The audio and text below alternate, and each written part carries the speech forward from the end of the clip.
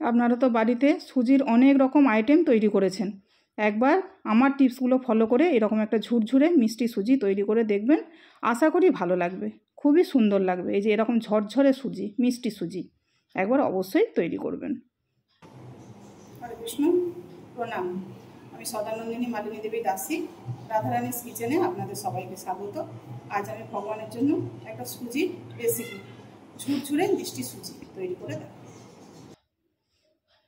এই ঝুরঝুরে মিষ্টি সুজিটা তৈরি করার জন্য আমি এখানে 1 বাটি সুজি নিয়েছি। এই বাটিটার মাপ করে সুজি নিয়েছি। 1 বাটি সুজি নিয়েছি আর 1 বাটি এখানে চিনিও নিয়েছি। এই বাটিটার মাপ করেই নিয়েছি।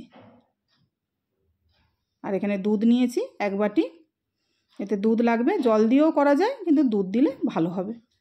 আর এখানে এলাচের গুঁড়ো আছে, আর এখানে কাজু বাদাম, আমন্ড আর কিশমিশ আছে। আমন্ড আর কাজু বাদামটাকে আমি ভেঙে নিয়েছি, এইভাবে ভেঙে নিয়েছি। আর ঘি তো লাগবে অবশ্যই, ওই জন্য ঘি আছে। এবার আমি সুজিটা তৈরি করব, সেই জন্য কড়াতে আমি 2 চামচ ঘি দিয়ে দেবো। ঘিটা গরম হয়ে গেলে আমি যে ড্রাই ফ্রুটগুলো নিয়েছিলাম ওগুলো আমি ভেজে নেব। গ্যাসটা কিন্তু একদম কমিয়ে রাখতে হবে, কম আঁচে ভাজতে হবে, নাহলে এগুলো সব তাড়াতাড়ি লাল হয়ে যাবে, ঠিকমতো ভাজা হবে না, পুড়ে যাবে এগুলো। এগুলো আমার ভাজা হয়ে গেছে, দেখতেই পাচ্ছেন কিশমিশগুলো কত সুন্দর ফুলে গেছে। এগুলোকে আমি এবারে তুলে নেব। ওই ঘিয়ের মধ্যে আমি আরও 1 চামচ ঘি দেবো, দিয়ে ঘিটা একটু নাড়াচাড়া করে নিয়ে আমি যে সুজিটা নিয়েছিলাম সুজিটা আমি দিয়ে দেবো। এটা আমি কম আঁচে, একদম কম আঁচে এটাকে নাড়াচাড়া করে একটু লাল করে ভেজে নেব। আমি সুজিটা অনেক 2-3 মিনিট ধরে প্রায় নাড়াচাড়া করেছি। করার পর দেখুন খানিকটা লাল হয়েছে, কিন্তু আরও একটু লাল করব আমি। আর পুরোটাই কম আছে, দেখুন এবারে কত সুন্দর লাল হয়ে গেছে। এই রকম কালারটাই লাগবে।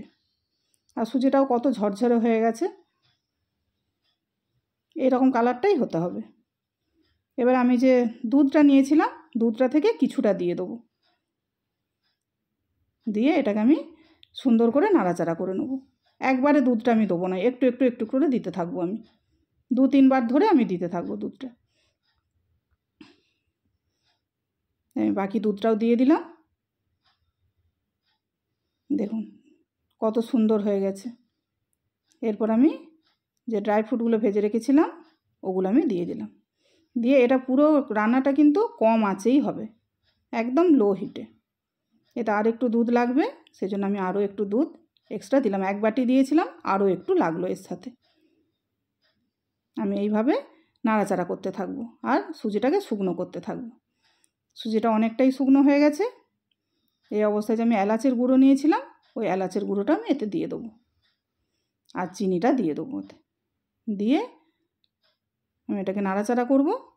চিনিটা থেকে রস বেরোবে, সেই জন্য আমাকে একটু টাইম নিয়ে এটাকে নাড়াচাড়া করে করে এটাকে শুকনো করতে হবে।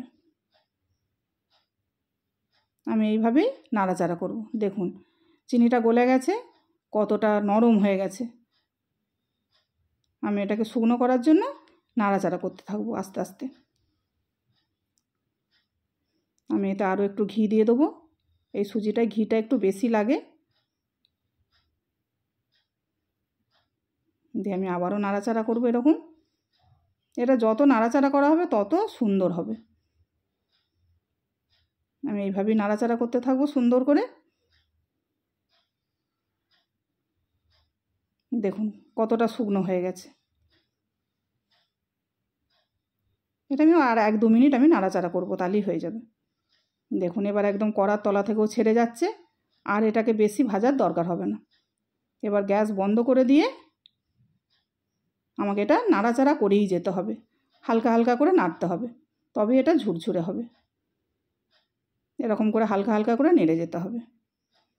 দেখুন আমি প্রায় 3-4 মিনিট ধরে খুন্তি দিয়ে ওইভাবে নাড়াচাড়া করেছি, করতে করতে এরকম শুকনো ঝরঝরে হয়ে গেছে একদম। এটাকে আমি এবারে আলাদা প্লেটে সার্ভ করে নেব ভগবানের জন্য। এতে তুলসীপত্র দিয়েছি, দিয়ে ভগবানকে আমি নিবেদন করব। এইবার এরকম সুজি আপনারা অবশ্যই তৈরি করবেন। হরে কৃষ্ণ। ভুল ত্রুটি হলে ক্ষমা করবেন। প্রণাম।